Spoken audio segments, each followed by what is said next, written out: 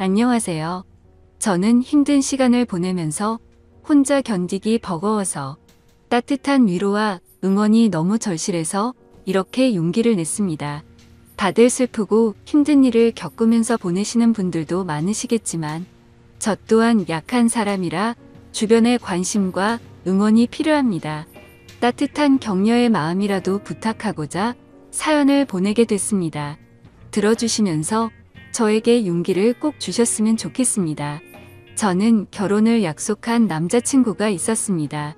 남자친구와 저는 같은 미술 전공으로 대학교에서 만나 연애를 시작했어요. 같은 미술을 하면서 서로 의지하며 미래에 대한 같은 꿈을 꾸면서 행복한 날들만 가득했습니다. 남자친구와 저는 동갑내기여서 대학교 친구들은 다 같이 서로 친한 친구였기 때문에 항상 같이 있는 날이 더 많았고 함께 보내는 시간은 점점 더 길어져 저희는 서로가 멀어진다는 걸 상상조차 할 수 없었습니다. 그렇게 저희는 같이 대학교를 무사히 졸업하고 미래의 결혼을 약속하며 졸업 후 동시에 동거를 했습니다. 주변에서는 왜 결혼을 안 하고 동거를 시작하냐는 말들이 있었지만 저희는 미래에 대한 서로의 꿈이 있었기 때문에 사회생활도 해야 하고 아직은 결혼하기 이르다 생각이 들었기 때문입니다. 어차피 결혼은 약속했고 저희가 더 성장하고 준비가 되었을 때 그때 결혼을 하기로 했습니다. 서로 굳은 믿음이 있었고 어차피 같은 한 집에서 동거를 하기에 저희는 서로 만족했습니다. 같은 미술 전공으로 졸업은 했지만 저희가 하는 일은 서로 각자 다른 길로 가고 있었습니다. 남자친구는 화가로 가는 길을 택했고 저는 미술학원에 들어가 아이들을 가르치는 일을 시작하게 됐습니다. 하는 일은 다르지만 서로에게 부족한 점은 함께 채워주며 힘이 됐고 든든한 버팀목이 되었습니다. 그렇게 지냈던 날들이 벌써 6년이란 시간이 훌쩍 지나갔고 저희는 둘 다 30살이 넘어버렸습니다. 다행히 그동안 함께 살면서 서로 투닥거리는 곱고 큰 다툼 없이 잘 지냈습니다. 30이 넘자 주변에서는 또 이제는 결혼해 하지 않겠냐는 말들이 나오기 시작했어요. 저도 사실 이제는 슬슬 오늘 생각해야 한다고 느끼고 있었거든요. 저는 아이도 낳아야 하고 더 나이 먹기 전에 이제 결혼식을 올려도 된다고 생각했어요. 그래서 퇴근 후 남자친구와 저녁을 먹으며 얘기를 꺼내봤습니다. 자기 우리 벌써 같이 산 지도 6년이나 지났다. 시간 엄청 빠르지. 그런데 남자친구는 그러네 벌써 그렇게 됐네. 시간 정말 빠르네 하더군요. 그래서 직접적으로 얘기를 꺼내야겠다 싶었죠. 우리 나이도 벌써 30도 넘었고 슬슬 결혼 준비도 해야 하지 않을까? 남자친구는 제 말을 듣고 시큰둥한 표정을 지으며 일단 밥이나 먹자고 말을 돌리는 듯한 느낌이었습니다. 오늘 그림이 잘 그려지지 않아 예민한 상태인 건지 컨디션이 별로 좋아 보이지 않았습니다. 사실 결혼 얘기를 꺼내면 서로 이것저것 대화가 나올 줄 알았는데 저녁을 먹고 나서도 더 이상 대화가 이어지지 않았습니다. 괜히 저만 들떴나 싶어서 기분만 가라앉았습니다. 그래도 남자친구의 컨디션이 좋은 날에 다시 천천히 얘기하면 되니까 크게 조급해하지 않았어요. 그날 이후 이상하게 남자친구는 평소와 달랐습니다. 밖에서 따로 친구들을 만나는 날은 늘어가고 원래는 저도 같이 만나는 친구들이었기 때문에 항상 같이 나가서 만났는데 요즘은 저랑 같이 안 가고 혼자서만 그 친구들을 만나고 들어오더라고요. 날이 갈수록 점점 남자친구의 행동들이 하나하나가 이상해지고 있었습니다. 저만 보면 항상 미소를 보내던 사람이 저랑 눈만 마주치면 인상을 찡그리고 제 눈을 피하듯이 고개를 싹 돌린다던가 말이죠. 그리고 술이 잔뜩 취해 집에 오는 날이 늘어나길래 무슨 일이 있는지 물어봐도 아무 일도 없다고만 하는데 저는 그런 남자친구가 너무 답답했어요. 남자친구는 그림이 잘 안 그려질 때는 많이 예민해지긴 했지만 이렇게까지 행동에 변화가 없었습니다. 그림 문제는 아닌 듯 했고 말하기 힘든 일이 있는 것 같았죠. 선뜻 제가 먼저 물어볼 수 없어서 말을 해줄 때까지 기다려 보기로 했습니다. 그런데 점점 늦은 시간에 집에 오고 너무 늦게까지 안 들어올 때는 연락을 하면 제 연락을 받지도 않았어요. 남자친구가 밖에 있는 시간이 늘어났고 밖에 있을 때는 연락도 거의 안 되니 답답할 따름이었죠. 저는 점점 남자친구 행동들을 곰곰이 생각해 보면서 그제서야 조금씩 이상하다고 생각이 들고 느낌이 왔습니다. 아무래도 여자가 생긴 것 같았습니다. 왜냐하면 저랑 같이 살면서 단 한 번도 핸드폰을 잠가 놓지 않았는데 행동이 이상해지기 시작하면서 핸드폰에 비밀번호를 설정해 둔 것입니다. 정말 의심하고 싶지 않아서 참아왔는데 더 이상은 안 되겠다 싶었죠. 오늘은 꼭 남자친구랑 제대로 얘기를 해봐야 할 것 같아 저녁 늦도록 기다렸습니다. 역시나 오늘도 자정이 넘어서 들어오더군요. 더 이상 미루면 안 되겠다 싶어 물어봤습니다. 요즘 왜 그러는데? 무슨 일이 있으면 말을 좀 해주던가 라고 했습니다. 그러자 너랑 사는 게 지겨워졌어. 네가 하는 잔소리도 듣기 싫고 나 혼자 있고 싶다. 그 말을 듣는 순간 머리를 망치로 맞는 기분이었습니다. 한숨을 내쉬는 남자친구의 말을 듣고 이 사람이 정말 내가 알던 내 남자친구가 맞나 너무 의아했습니다. 어떻게 저런 말을 아무렇지 않게 나한테 할 수가 있나 싶었죠. 평소에 저희가 싸운 것도 아니고 저희 사이에 아무 문제도 없다고 생각했는데 제 착각이었습니다. 그래서 저는 도대체 왜 갑자기 이렇게까지 변할 수가 있는지 제대로 이유라도 알고 싶었습니다. 저는 화가 나서 따지면서 물어봤어요. 내가 지겨워졌다고? 혹시 다른 여자 생겨서 그런 거야? 남자친구는 잠시 머뭇거리더니 내가 다른 여자 생겼으면 우리 헤어질 거야. 남자친구의 그 말에 저는 눈물이 났습니다. 왜 이렇게까지 저한테 잔인하게 말하는 건지 마음이 너무 아팠어요. 그러자 남자친구는 울고 있는 저를 보면서 또 인상을 찡그렸습니다. 그 모습을 보면서 저는 정말 남자친구가 나에 대한 마음이 변했다는 걸 확신했습니다. 저만 보면 눈이 자동으로 찡그려질 정도로 제가 그렇게 싫어진 걸까요? 왜 우리가 갑자기 이렇게 됐을까 생각해 보니 제가 결혼 얘기를 꺼내고 나서 그렇게 된 것 같았어요. 저는 한 번 더 확인해 보고 싶어서 물어봤죠. 혹시 결혼 얘기가 많이 부담됐었어? 부담되면 천천히 해도 되는 거잖아. 그러자 남자친구는 너랑 사는 게 이제 지겨워졌다고. 못 알아듣겠어? 다시 말해줄까? 남자친구는 또 인상을 쓰면서 말했습니다. 다시 한번 남자친구의 진심을 듣게 되니 견딜 수가 없었어요. 그렇게 며칠이 지나고 한 집에 있는 것도 불편한지 남자친구는 외박을 하는 날도 생겼습니다. 집에 있을 때는 전화가 오면 제 눈치를 한번 보고 나서 자리를 옮겨 전화를 받더라고요. 요즘 남자친구가 만나는 친구들한테 연락해서 왜 저러는 건지 물어보고 싶었지만 친구들이 모를 수도 있는데 제가 괜한 말을 하는 것일 수도 있어서 쉽게 연락을 하지 못했습니다. 아무튼 날이 갈수록 혼자 감당하기가 너무 힘이 들었어요. 반복되는 하루하루가 저를 지치게 만들었고 더 이상 우리가 함께하지 못할 것을 느꼈기에 저는 남자친구의 말을 받아들이기로 했습니다.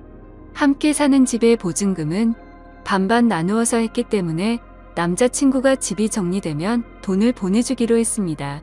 그렇게 우린 이별을 하고 말았습니다. 결혼을 약속하며 긴 시간을 함께 살았기 때문에 우리가 영원할 거라고 생각했는데 모두 저만의 착각이었던 거죠. 이렇게 쉽게 깨질 인연이었는지도 모르고 행복한 미래만 꿈꾸던 저는 마음이 모두 무너져 내렸습니다. 아무것도 손에 잡히지 않아 저는 하던 일도 그만두고 본가로 들어갔습니다. 그리고 얼마 후 보증금의 절반이 제 통장으로 들어왔고 집 정리가 다 끝난 거구나 생각을 했죠.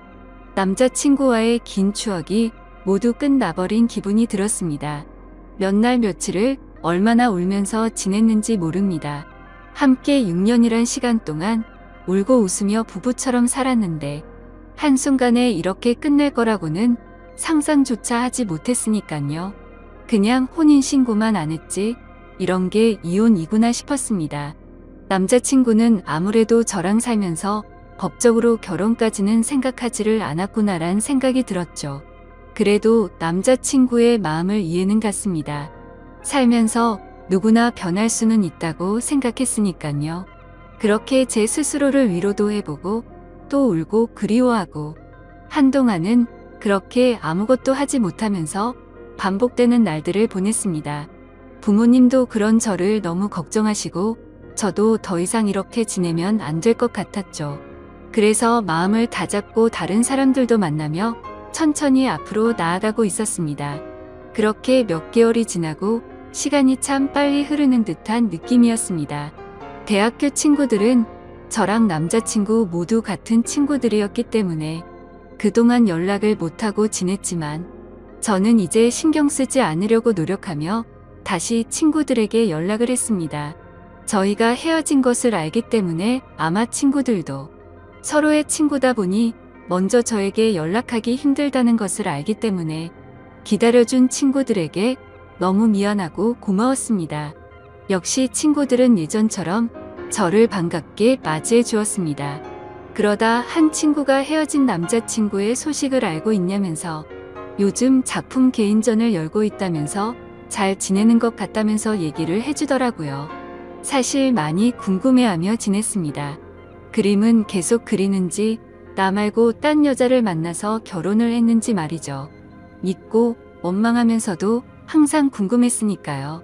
아무튼 그래서 개인전을 하고 있다는 말을 듣고 고민이 많았습니다.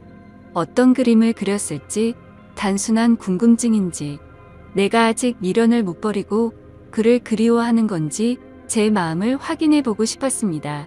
그래서 저는 친구와 함께 그의 개인전을 찾아갔습니다. 도착해서 들어가는 계단에 올라갔다 내려갔다 몇 번을 반복하고 숨을 들여 마셨다 내뱉었다를 몇 번을 반복했는지 모릅니다. 친구는 그런 저를 보고는 못 들어가겠으면 들어가지 말자고 했지만 저는 이왕 여기까지 온 거 그림이라도 보고 가자고 다시 한번 마음을 다잡고 용기를 내서 들어갔습니다. 유명한 화가가 아니기에 위층으로 올라가 보니 규모가 크지 않은 아담한 공간이었습니다. 저는 첫 번째 그림부터 순서대로 그림을 보기 시작했습니다. 첫 번째 그림을 보면서 저는 마음속에 무언가 설레는 듯한 느낌과 따뜻한 느낌을 받았습니다. 전 남자친구가 지금 새로 만나는 여자와 행복하게 잘 지내고 있다는 걸 표현한 듯한 추상적인 느낌이었고 저도 모르게 그림의 매력에 빠져서 보고 있었습니다. 친구가 옆에서 작품 설명 좀 읽어보라고 재촉을 해서 읽어보고서 저는 크게 놀랄 수밖에 없었습니다. 작품 설명에는 대학교를 다니고 있는 시점에 첫 연애를 하며 느꼈던 감정을 표현했다라는 추상화 설명인데 왜 이 작품에 저와 연애를 시작했을 때 마음을 표현한 건지 지금 다른 여자 만나면서 어떻게 이런 작품을 그린 것도 모자라 이런 설명까지 해놨다는 것에 도저히 이해가 되지 않았습니다. 도대체 무슨 생각으로 헤어진 저와의 추억을 다시 그림으로 그린 것인지 혹시나 하는 마음에 두 번째 그림을 보고 작품 설명을 읽어봤죠. 역시나 저와 있었던 지난 추억을 또 그림으로 표현하고 설명까지 돼 있었습니다. 점점 전 남자친구가 무슨 생각으로 이랬을까 궁금해졌습니다. 개인전인데 왜 굳이 헤어진 나와의 추억을 전시를 해놓았을까? 그림을 보면 볼수록 더 마음이 복잡해졌죠. 그리고 또 다음 그림들을 보는데 뭔가 마음이 무거운 듯한 느낌의 그림이었습니다. 왜 그림을 이렇게 표현했을까? 설명을 읽고 보니 저와 헤어지고 본인의 마음이 적혀 있더라고요. 저는 더욱 그를 이해할 수가 없었습니다. 왜냐하면 분명히 본인이 헤어지자고 요구를 했고 제가 질린다면서 저랑은 더 이상 같이 살기 싫다고 저를 억지로 밀어낸 것도 그였기 때문에 정말 모순이라고밖에 느낄 수 없었습니다. 대체 그는 무슨 생각인 걸까?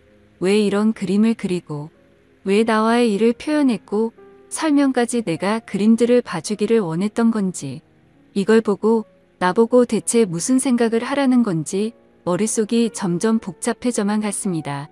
계속 작품들을 보면서 마음이 아팠고 그러다 마지막 그림을 보는데 뭔가 잘못된 느낌이었습니다. 왜냐하면 그림이 아닌 새하얀 백지였기 때문입니다. 실수가 있었던 건지 아니면 의도적으로 백지를 걸어둔 건지 저는 설명을 읽어보고서 알 수 있었습니다. 말없이 눈물이 흐르다가 어느새 저는 점점 소리를 내서 울 수밖에 없었습니다. 설명을 읽어보니 그는 점점 시간이 흐르면서 시력을 잃어갔고 실명이 된 것이었습니다. 그는 실명이 되기 전에 저의 추억을 그림으로 남기기 위해서 시력을 잃어가면서도 밤새도록 그림을 그렸던 것이었죠. 저는 한없이 울면서 그를 당장 만나고 싶었습니다. 그래서 무작정 그에게 전화를 걸어봤지만 없는 번호라는 음성이 흘러나왔죠. 저는 지금 만나지 못하면 영영 그를 못 볼 것 같은 기분에 친구에게 그를 찾아달라고 지금 만나지 않으면 정말 미쳐버릴 것만 같다고 붙잡고 마구 울었습니다. 대학교 때부터 다 같은 친구였기 때문에 옆에 있는 친구는 연락이 되는 모든 친구들에게 그의 전화번호를 물어봤습니다. 그중 그와 연락이 되는 친구는 단 한 명이었습니다. 그래서 그 친구는 우리가 개인전에 와 있다는 얘기를 듣고서 잠시 머뭇거리다 번호를 어렵게 불러주기 시작했습니다. 저는 친구에게 내 얘기하지 말고 나 대신 통화를 해서 만날 약속을 잡고 알려달라고 얘기했습니다. 그렇게 친구는 그와 약속 장소를 정하고 제가 그곳으로 갔습니다. 근데 장소는 그와 제가 살았던 그 집 근처 동네 카페였습니다. 왜 굳이 이쪽 동네에서 약속 장소를 정했는지 이상했습니다. 일단 그가 있는 카페로 들어갔고 구석자리에 많이 수척해진 그가 보이더군요. 천천히 걸어가서 그가 있는 구석자리 앞으로 갔지만 그는 정말 저를 보지 못했고 저는 일부러 조금 더 기척을 내기 위해서 의자 소리가 나게끔 들어서 앉았습니다.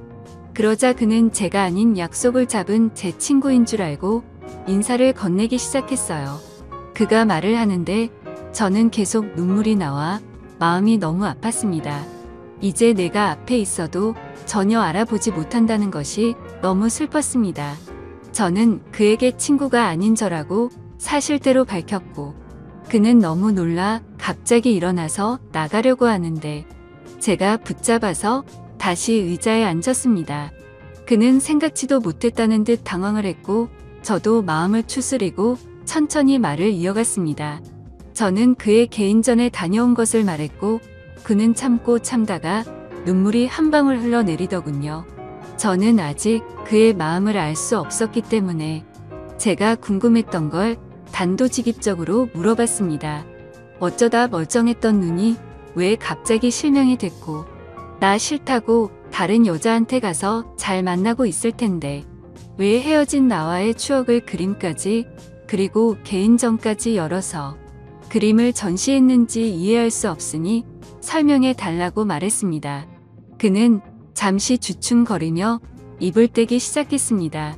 그는 제가 궁금했던 것들을 하나씩 설명하는데 찬찬히 들으면 들을수록 가슴이 미어지며 그가 원망스러웠습니다. 그가 말한 것들은 사실은 저와 살면서 눈에 이물감이 들고 눈이 뿌옇게 보일 때가 있어 안과를 가게 됐는데 시력이 점점 나빠지고 있어서 정밀 검사를 해봤답니다.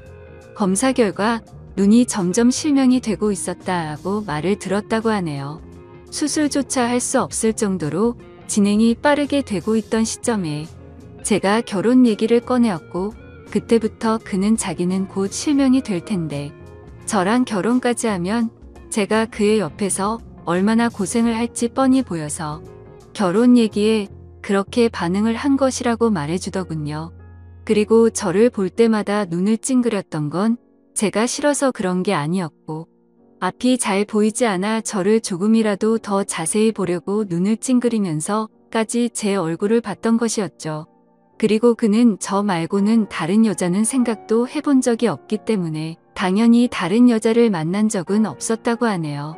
제 남은 인생을 불행하게 만들지 않겠다는 그의 생각으로 인해 거짓말로 제가 질렸다고 했고 싫어졌다면서 다른 여자가 생긴 듯한 뉘앙스를 풍기면서 제가 의심하기를 원했다고 합니다. 그래서 제가 먼저 떠나기를 바랬던 건데 하나하나 그의 얘기를 들으면서 그때 생각을 해보니 정말 저는 그에게 너무 무관심했구나 느꼈죠. 정작 옆에 같이 사는 나는 왜 그가 눈이 잘 안 보이는 것조차 눈치채지 못했을까? 제 자신이 너무 원망스러웠습니다. 제가 진작 눈치라도 챘다면 이렇게 허망하게 그와 헤어질 일도 없었을 텐데 싶었죠. 오히려 그가 힘든 것을 혼자 감당하고 있을 때 제가 조금이라도 기댈 수 있게 힘을 줬다면 그가 거짓말까지 하면서 저와 헤어지려 했을까라는 생각이 들었습니다.